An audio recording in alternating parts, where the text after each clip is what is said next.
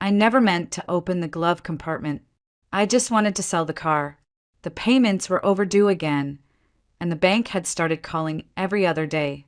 That morning, with the sky in Seattle smeared in shades of wet gray and the air thick with that lingering dampness after rain, I stood in front of Michael's old sedan and told myself it's just a car. But the moment I reached for the handle, my hand trembled. It had been 32 days since he died. 32 days since the hospital called and used words like aneurysm and no time to respond. 32 days of Lily not saying more than 10 words to me unless it was about school or groceries. And even those words felt like fragments, like pieces from another version of our lives that no longer fit. That morning, I found myself alone in the kitchen, stirring cold tea with a spoon too loudly. The clink against ceramic used to annoy Michael. Now, it filled the silence like a ghost of our old quarrels. The family photo still sat by the window, Michael smiling with his arms around me, and Lily, taken last summer in Cannon Beach. We looked happy in it, real, and I wondered when exactly the illusion had begun. "Breakfast is ready," I called up the stairs. I knew Lily wouldn't answer. Her bedroom door thudded shut minutes ago, the sound sharp and final. 17 is hard, grieving at 17 is brutal. But watching your daughter turn into a stranger is something else entirely. The car sat at the far end of the driveway, speckled with pollen and streaks of grime, like it hadn't been touched since the funeral. Michael used to wash it every Sunday, polishing the hood until it gleamed. He believed a man's car said everything about him. I didn't care about that. I just wanted to be able to pay the gas bill. I took the spare keys from the kitchen drawer and walked out. It had started to drizzle again, that misty kind of Seattle rain that doesn't soak you, but sneaks under your skin anyway. I climbed into the driver's seat and closed the door. The air inside was stale, but unmistakably his. A mix of cedarwood, cologne, leather, and something else, something I couldn't name, but felt like memory. I reached toward the glove compartment, hesitating only for a second. The click sounded louder than I expected. Inside were the usual things: insurance papers, an old phone charger, sunglasses. I picked them out one by one, placing them neatly on the passenger seat. Then I saw it, a small, black USB drive wedged deep in the back corner. Plain, except for a tiny label with a handwritten letter, and I stared at it. Just a letter, just a piece of plastic. But something in me shifted. I felt it in my gut. This wasn't just a glove box anymore. It was the start of something I hadn't prepared for. I held the drive in my palm, rain tapping on the windshield, and suddenly I was no longer a widow cleaning out a car. I was a woman standing at the edge of a truth I never saw coming. And I wasn't sure I wanted to know what it was. I didn't plug it in right away. I just stood there in the kitchen, staring at the USB drive like it might explode if I touched it wrong. The letter, N, on the label was smudged, probably written in a rush. It wasn't Michael's handwriting. That was the first thing I noticed. His penmanship was always precise, like every letter marched in formation. This was rushed, personal. A name, maybe? I carried the drive upstairs to the study, Michael's study, though I'd avoided calling it that since he died. The room still smelled like him. Books on immigration law lined the shelves. A framed certificate from a refugee organization hung above the desk. That had always been his passion, helping displaced people find legal footing. He never talked about the details, just said, "I'm doing some good," and changed the subject. The screen lit up as I opened the laptop. My hands hovered over the keyboard. For a second, I imagined putting the drive away, pretending I never found it. But the moment had passed. The USB slid into the port with a click too loud in the quiet house. A folder appeared. No name, just a plain yellow icon. I opened it. Inside were dozens of files, letters, photos, PDFs labeled with codes, and numbers I didn't recognize. I clicked on the first document, and the words blinked into view. "Dear Michael, thank you again for agreeing to help. I honestly don't know what I would have done without you. Marina. I froze. Marina. That name didn't belong to my life. It didn't belong to Michael's either. Or at least, not the part of him I'd known. My stomach tightened. I opened another file. I'm so scared. Eli's fever hasn't gone down for days. I know I said I wouldn't ask again, but if you can help with the clinic, another. Eli asked about you again. He keeps saying he wants to fly kites like last time. He misses you and I do too. My mouth went dry. The cursor blinked at me like it was daring me to keep going. Photos came next. A woman with deep brown eyes and tired cheeks. A boy, maybe 7 or 8, light hair, warm smile. In some pictures, they stood alone. In others, Michael was with them, arms draped around them, laughing, smiling the way he used to smile with us. I backed away from the desk like it might burn me. My knees nearly gave out. I clutched the edge of the chair, breathing hard. Who was Marina? Who was the boy? Who had Michael been, really? I didn't hear the door open until it was too late. What are you doing? Lily's voice cut through the fog like a shard of glass. She stood in the doorway, her hoodie draped over pajama shorts, eyes puffy like she hadn't slept. Her gaze moved from the screen to the USB, then back to me. Are you spying on Dad? Her voice cracked. Lily, no, she snapped, stepping forward. You're going through his stuff like he was some criminal. He's dead, Mom. Can't you just let him be? I opened my mouth, but nothing came out. The weight of it all sat like stone on my chest. She turned on her heel. You're unbelievable. The door slammed behind her, and I was left staring at the screen, at a version of my husband I didn't recognize, a version that now lived in my daughter's anger and a stranger's eyes. That night, I didn't sleep. I lay in bed staring at the ceiling, the rain whispering against the windows like it was trying to say something I couldn't quite hear. My mind ran in circles, names, dates, letters. The image of Michael's arms around that boy, the way he looked at him, the way he used to look at Lily. At dawn, I got up, made coffee, and went back to the study. I opened the folder again, slower this time, letting the reality settle. The files weren't random. The letters from Marina stretched across years, some tender, others practical. But one thing was consistent. The boy, Eli. His name came up in every message. I searched Michael's email accounts next. Most were locked, but one was still open. The inbox was empty, cleaned out. The USB must have been where he stored everything personal, everything separate. I checked the financial statements I'd ignored for weeks. I wasn't looking for numbers. I was looking for patterns. There they were. Transfers. Always on the 1st and the 15th of each month. Small amounts, just enough to fly under suspicion. But over time they added up. Thousands. All to the same account. The name listed wasn't Marina. Just initials, M.A.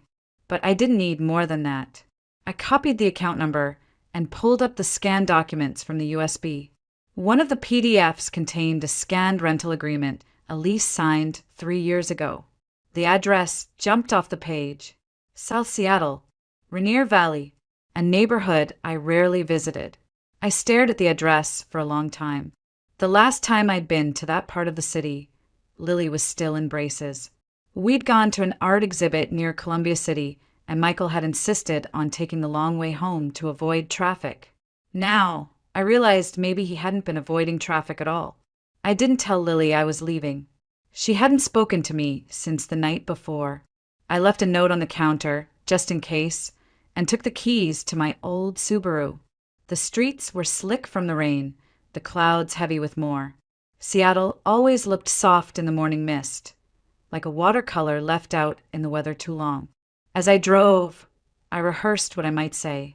I'm his widow. No, I found your letters. Too aggressive.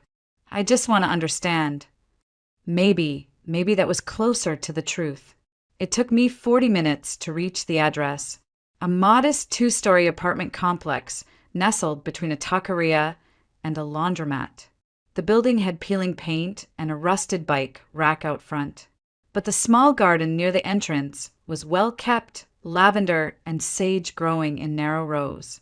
I parked across the street and stayed in the car. I didn't know what I expected to see, but I saw them before I was ready. A woman stepping out of the building, grocery bags in hand, long dark hair tied back. Behind her, a boy with a backpack, bounding down the stairs, talking too fast for her to keep up. She laughed. I didn't need confirmation. It was them. She was Marina. And that boy was Eli. And even from a distance, I could see it in his face. The light hair, the slope of his nose, the way his mouth turned up when he smiled. He looked just like Michael. I should have gotten out of the car. I should have walked up and said something, anything. But I didn't. I just sat there, heart pounding against my ribs, fingers clenched around the steering like it was the only thing holding me together. Across the street, Marina adjusted her coat and nudged Eli forward. He bounced ahead, waving at someone near the corner. She followed, her steps quick and careful. They disappeared, and I stayed frozen. I didn't cry. I didn't scream. I just felt this quiet kind of collapse, like something inside me had quietly caved in on itself without making a sound. By the time I got home, the sky had turned a deeper gray, and the house felt colder than I remembered. Lily wasn't in the kitchen. Her plate was still in the sink from last night. The note I left sat exactly where I'd put it, untouched.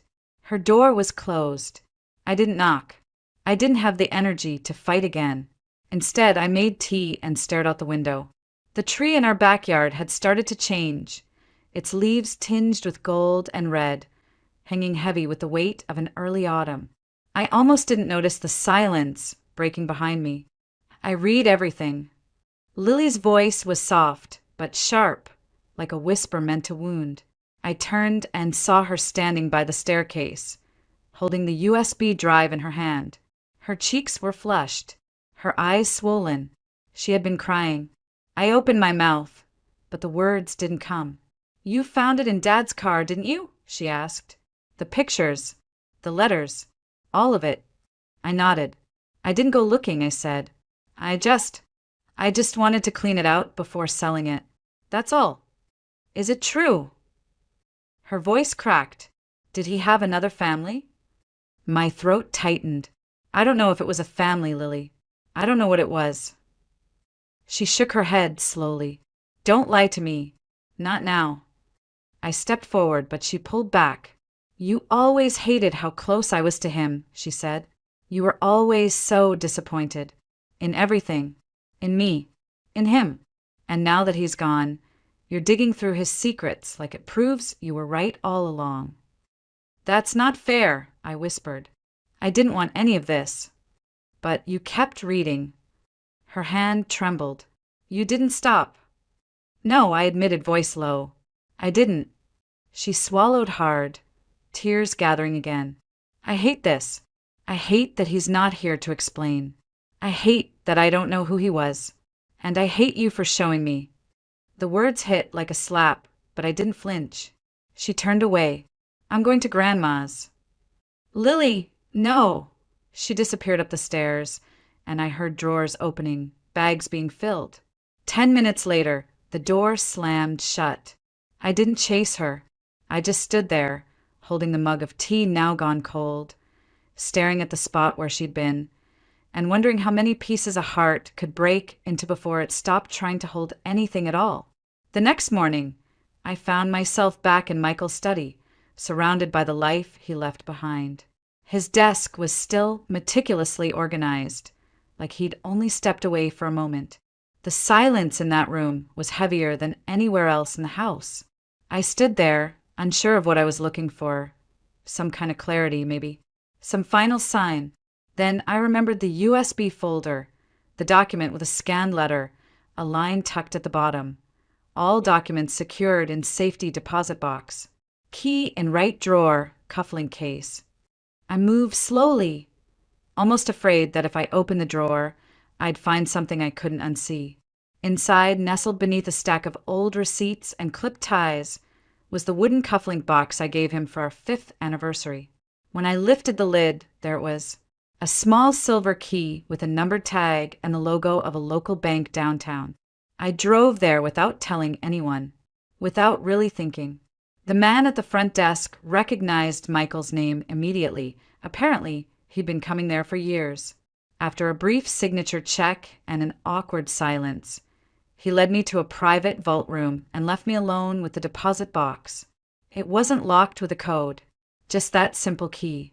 Inside was a thick folder, 3 flash drives, and a sealed envelope marked with my name. My breath caught. I didn't open the folder first. I opened the letter. Michael's handwriting filled the page, firm, slanted, familiar. A little rushed, but unmistakably his. Emma, if you're reading this, it means something's happened. Maybe I'm gone. Maybe you found the drive or the files. Maybe you already know more than I ever managed to say. I don't know how much time I have, but I do know I owe you the truth. All of it. I made mistakes. I sat down. The words blurred for a moment, but I kept reading.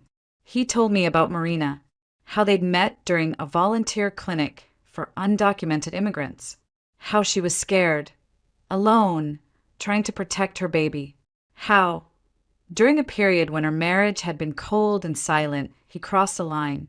It wasn't a long affair, he said.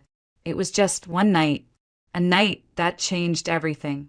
I thought I could walk away, that I could forget, but I couldn't, not when I found out about Eli. I didn't tell you because I was afraid of losing you, losing Lily. I told myself I was protecting our family, but really I was protecting myself. He described how 3 years ago, Marina came back into his life, desperate, with Eli sick and facing deportation. He couldn't ignore them, couldn't let a child suffer. He helped with papers, medical bills, and yes, money. Quietly, regularly. I know I should have told you. I know this is too much to ask. But if you can find a way to forgive me, please look after them. Not Marina, she's strong. But Eli, he's just a boy. He didn't ask for any of this. And protect Lily. If anything I've done puts her at risk, shield her. Whatever it takes. Everything else, documents, names, accounts, is in the folder. I trust you, even if I didn't deserve to. Always yours. Michael, when I finished reading, I didn't cry. I just sat there, the letters shaking in my hands, feeling like every piece of my world had tilted slightly, and yet somehow, for the first time in weeks, I understood. I didn't go home right away. I sat in my car outside the bank for a long time, watching the city pass me by. Somewhere nearby, a construction crew jackhammered the sidewalk. A man with a briefcase rushed past, muttering into his phone. Life moved forward, oblivious, unchanged, but I had just read a letter that split mine in two. When I got home, the house was quiet. Lily's room was still empty. My phone buzzed with a single text from my mother-in-law. She's here. Safe. Give her space. I stared at the screen for a while, then turned it face down on the counter. That evening, I opened the folder Michael had left behind. Names, contact logs, medical records.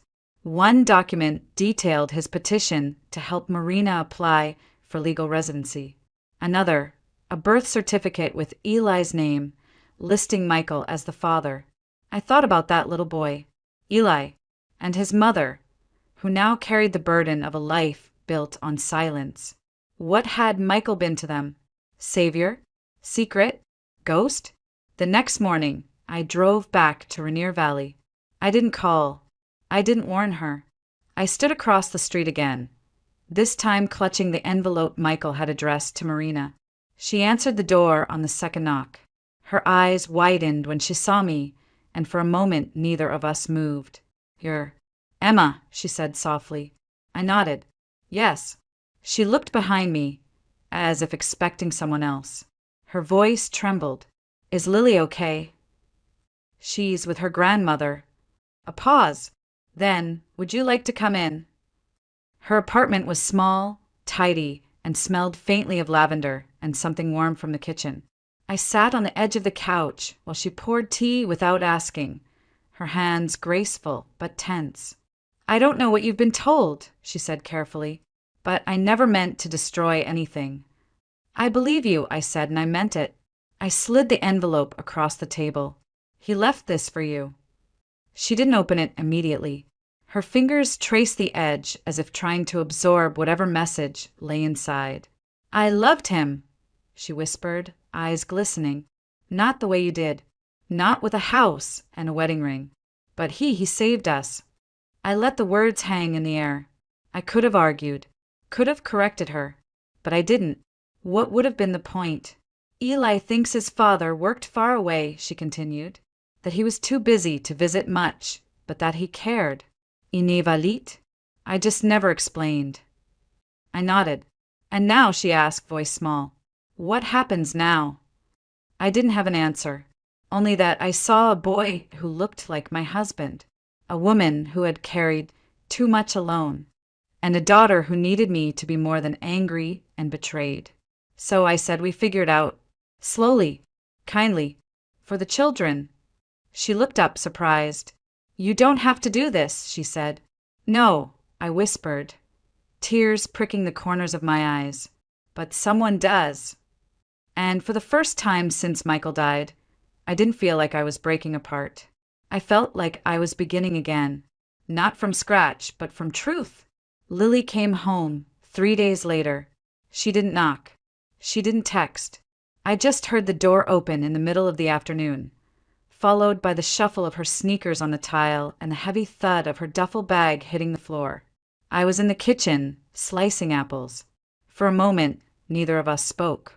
Then her voice, flat and cautious, cut through the quiet. So, did you meet them? I didn't look up. Yes. She stepped closer. And it was complicated, I said, laying the knife down. But they're not monsters. Marina isn't the villain. She's just someone who made hard choices. Like your dad. Like me. She let out a bitter laugh. Choices. Right. I turned to her slowly. Lily, I know you're angry. No. I'm confused. I'm disgusted. I thought I knew who he was, Mom. Her voice cracked, but she pushed through it. He was my hero. And now, I don't know if he even wanted to be my dad, or if I was just the family he settled for. I took a breath, stepping toward her. Don't say that. Why not? Her eyes brimmed with tears. You're thinking it too. I shook my head. No, I'm heartbroken. But I don't think you were ever second. I think he was torn, and he made the worst possible decision. He hid instead of facing it. She crossed her arms, jaw tight. I don't want to meet that boy. I don't care who he is. You don't have to, I said gently. Not now. Maybe not ever. But I want you to understand something. I reached into the drawer and pulled out Michael's letter. The original. I held it out, and after a long pause, she took it. I don't need to read his excuses, she muttered. They're not excuses, I said. They're the truth. He didn't have the courage to tell us while he was alive. And maybe they're the only way we move forward. She stared at the envelope in her hands like it might catch fire. Then she walked past me and disappeared into her room. The door didn't slam this time. That night, I passed by her door on the way to bed. The light was still on. I hesitated, then kept walking. Some grief isn't ready to be touched. Some forgiveness can't be rushed.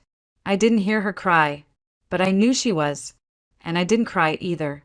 I just lay in my bed, staring at the ceiling, wondering how many versions of Michael had existed. The husband, the father, the man who held another child's hand while ours waited at home. And still, I missed him. God help me, I missed him. Not just the man I thought he was, but even the flawed, selfish one I now knew. Because even in his betrayal, he tried to leave us something softer than rage. The next morning, I sat by the window and wrote a letter of my own. Not to Michael, but to Eli. Dear Eli, you don't know me. Not really. Maybe your mother has mentioned my name, maybe not. That's okay. I'm not writing to confuse you or to claim anything from you. I'm writing because sometimes the adults around you make choices that leave children holding questions they never asked to carry. My name is Emma. I was married to your father, Michael. I don't know what he told you. Maybe you think he was a man too busy to be around. Or maybe you've always felt his absence and made peace with it. But the truth is he loved you, quietly, from a distance, in the only way he thought he could. That's not enough. It wasn't fair to you, and it wasn't fair to my daughter, Lily, either. But here's what I need you to know. Your existence is not a mistake. You are not someone's secret. You are not a problem to be solved. You are a boy with a full laugh and a curious mind. A boy who loves science experiments and still sleeps with one leg outside the blanket. A boy who runs faster than his mother can keep up and who asks why more often than most people have answers. I know these things because I saw you once from across the street, and in that moment, I saw my husband smile in your face. It stopped me cold.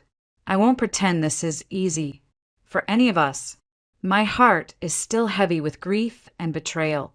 And Lily, she's still trying to understand why the man who taught her how to ride a bike had a whole other life she never knew about.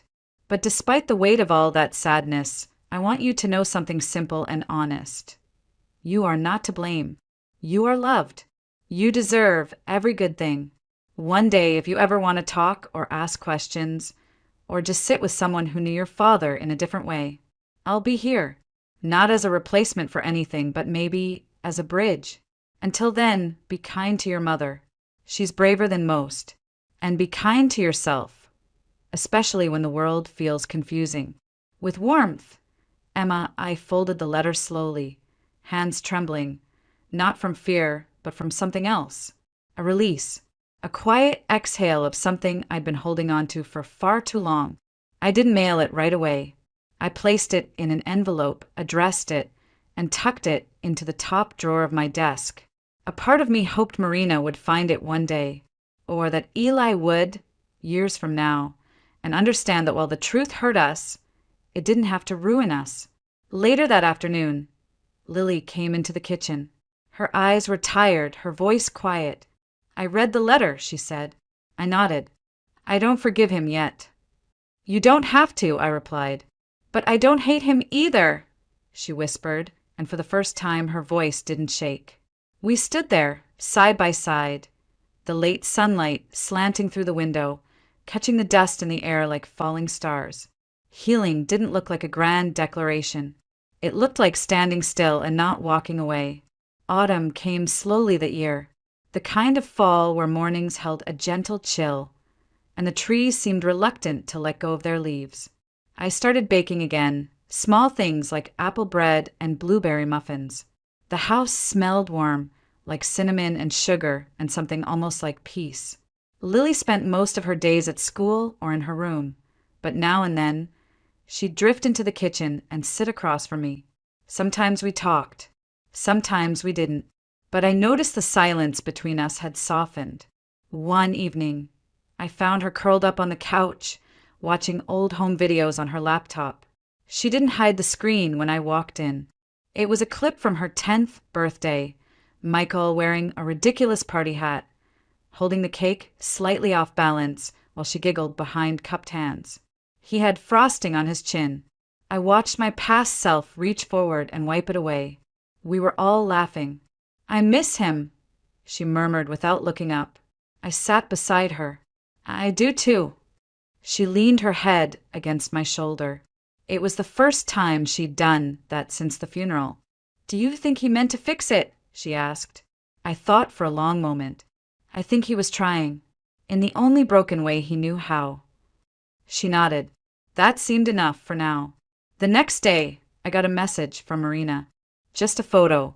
It was Eli sitting at a science fair booth, grinning beside a poster about volcanoes. In his hands was a tiny papier-mâché mountain, clearly handmade, clearly his. The caption read, "He got second place. He wanted you to know." I stared at it for a long time, smiling through a fresh wave of tears. Later, I showed it to Lily. She studied the image for a beat too long. "He looks like Dad," she whispered. "I know." She didn't say anything else, but she didn't look away either. We didn't try to force anything. There were no promises, no timelines. Just space. Space to feel what we felt, without apology. Space to mourn and grow and shift.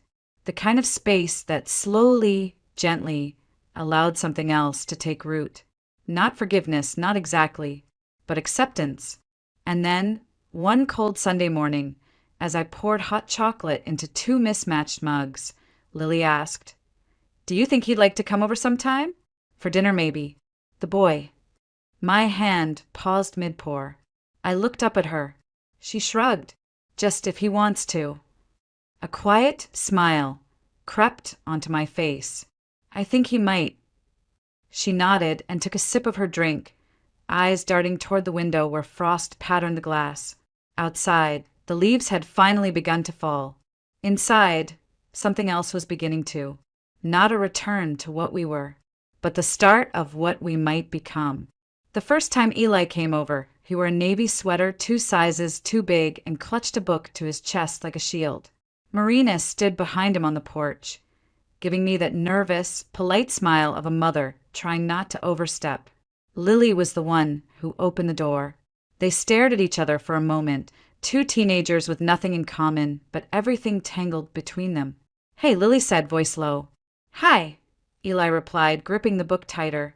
There was a silence thick enough to stop time. Then, to my quiet surprise, Lily stepped aside. "You coming in or what?" And just like that, he did. Dinner was awkward. We kept it simple, spaghetti and garlic bread, something comforting.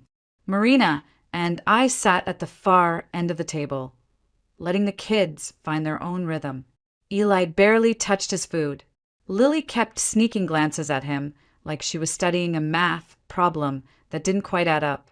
But when he mentioned that he loved physics, her eyes lit up. "That's my best subject," she said. "Really?" His voice cracked just slightly. "You like space stuff? Black holes, time dilation, all that." She twirled a strand of spaghetti. "I kind of want to be an astrophysicist." Eli blinked. "That's actually really cool." It wasn't much, but it was enough. After dinner, the kids went to the living room. I heard them talking, tentative at first, then with bursts of laughter that caught me off guard. Marina helped me wash the dishes, both of us moving in quiet rhythm. "You've raised a good girl," she said softly. "So have you." We didn't need to say more. There was a kind of peace between us now, not the kind that erased the past, but the kind that acknowledged it, nodded to it, and chose to move forward anyway. Before they left, Eli turned to me. "Thank you for the letter." I smiled. "You're welcome. And for tonight. It was nice." He hesitated, then, in a small voice, added, "Can I come again sometime?" I felt something warm unfold in my chest. Of course. Marina squeezed my hand before stepping out into the cold. I watched them go, a little boy and his mother, walking back into the night, but not into silence this time, not into shame. Later, as I was turning off the lights, Lily came to stand beside me at the front window. "He's okay," she said simply. I nodded. "He is." She leaned into my side, and we stood there like that for a while, watching the streetlights flicker on one by one. No grand ending. No sweeping music. Just a porch light left on, 2 cups in the sink, and a home that had stretched wide enough to hold more than one truth, more than one kind of love. Because sometimes healing doesn't mean going back. It means building something entirely new and daring to let others in. Weeks passed, then months, and gradually what began as cautious visits became something quieter, more natural. Eli started coming by on Sundays, sometimes for dinner, sometimes just to sit at the kitchen table while Lily did her homework and I folded laundry. He brought stories from school, science facts he'd memorized, and once, a wilted sunflower he'd tried to grow on his windowsill. It had barely survived the winter light, but he was proud of it anyway. "Next time I'll try basil," he said. "I'll help you," Lily offered. He looked surprised, but he nodded. They didn't talk much about Michael. Not to each other, not directly, but his absence was there in the room with us, like a shadow that no longer frightened anyone, only reminded us of where the light used to fall. Marina came sometimes too. At first, she stayed close to the door, always a little unsure, always ready to retreat. But then one afternoon, she brought over a tin of homemade tamales and a photo of Eli as a baby. We sat at the kitchen table, sipping cinnamon tea, while Lily asked cautious, curious questions. "He used to sleep on my chest," Marina said, smiling at the photo. "He'd curl up like a little bean, so warm I thought my heart might melt." I listened quietly, because the truth was, I never got to see Michael hold Eli. I never saw him be that father, but I could imagine it now, not to excuse the lies, but to accept the fullness of the man I had loved, the flawed, divided man, the one who had tried, in all the wrong ways, to do right by everyone. That spring, Lily asked if she and Eli could present a joint science project at the local community fair. They built a model of the solar system, painted each planet by hand, rigged tiny LED lights to mimic orbit paths. When they showed it off beneath the auditorium lights, I stood beside Marina in the back row, our hands brushing by accident. We didn't move them away. Afterward, Eli came running down the aisle with a red ribbon in hand, second place again. Lily trailed behind, cheeks flushed with pride.